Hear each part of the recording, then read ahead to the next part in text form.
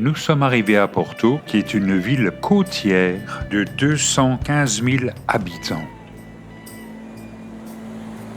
C'est la deuxième commune de la communauté de Porto après Vila de Gaia, qui compte plus de 300 000 habitants. Nous sommes tout de suite frappés par les magnifiques azulejos et les pavements typiques du Portugal.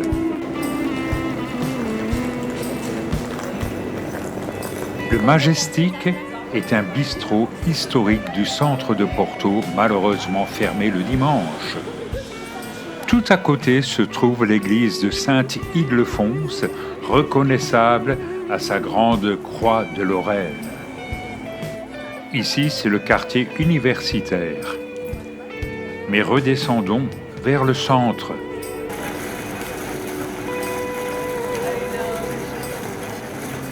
C'est là que se situent les belles façades des magasins vénérables de Porto.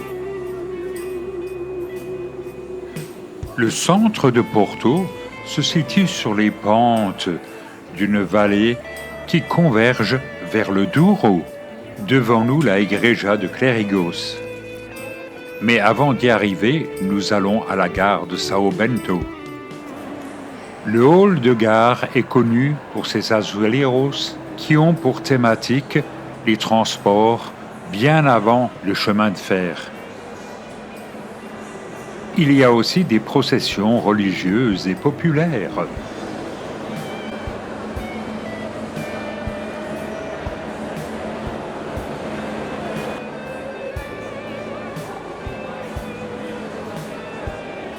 De là, nous poursuivons notre promenade vers la Sé, la cathédrale de Porto, qui se situe à 2 pas d'ici. Elle est construite dans une multitude de styles qui vont du roman jusqu'au baroque en passant par le manuélin.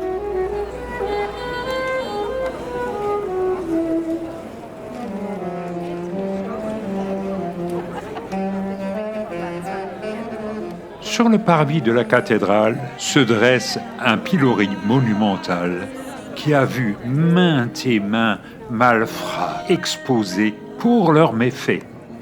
Ici aussi, on peut se promener dans des copies de Ford Model T.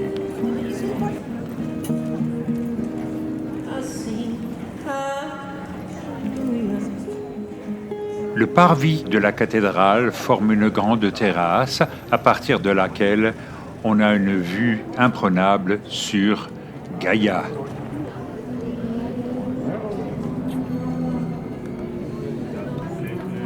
On y voit tous les restaurants qui bordent le Douro, ainsi que les maisons des négociants de vin de Porto. Et je ne parle pas de la nuée de rabelos amarrés sur la berge.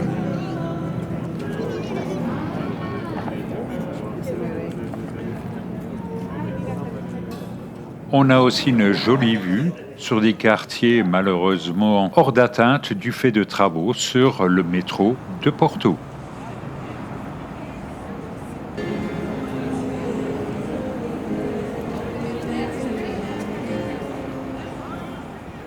Maintenant, nous allons visiter une des plus belles églises baroques de la ville de Porto. C'est la Igreja de Clérigos.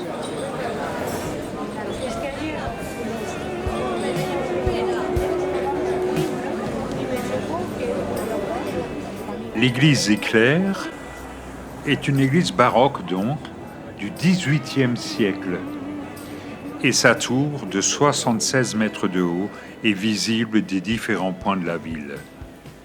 Cet édifice a été construit par Nicolau Nasoni et son intérieur constitue un très bel exemple du baroque portugais de par ses sculptures en haut relief polychromes.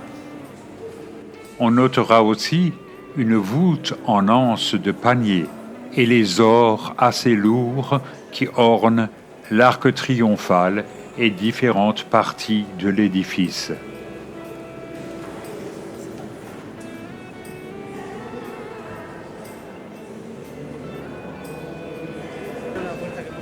Nous ne gravirons pas les 240 marches qui mènent au sommet de la tour d'éclair.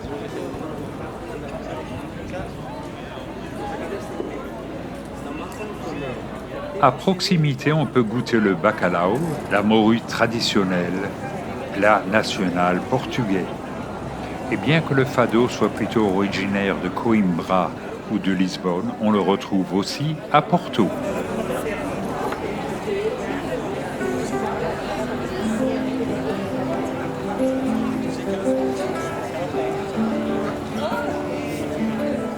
Et bien que les lignes de tram soient tronquées du fait des travaux, on peut quand même admirer ça et là ces vénérables véhicules.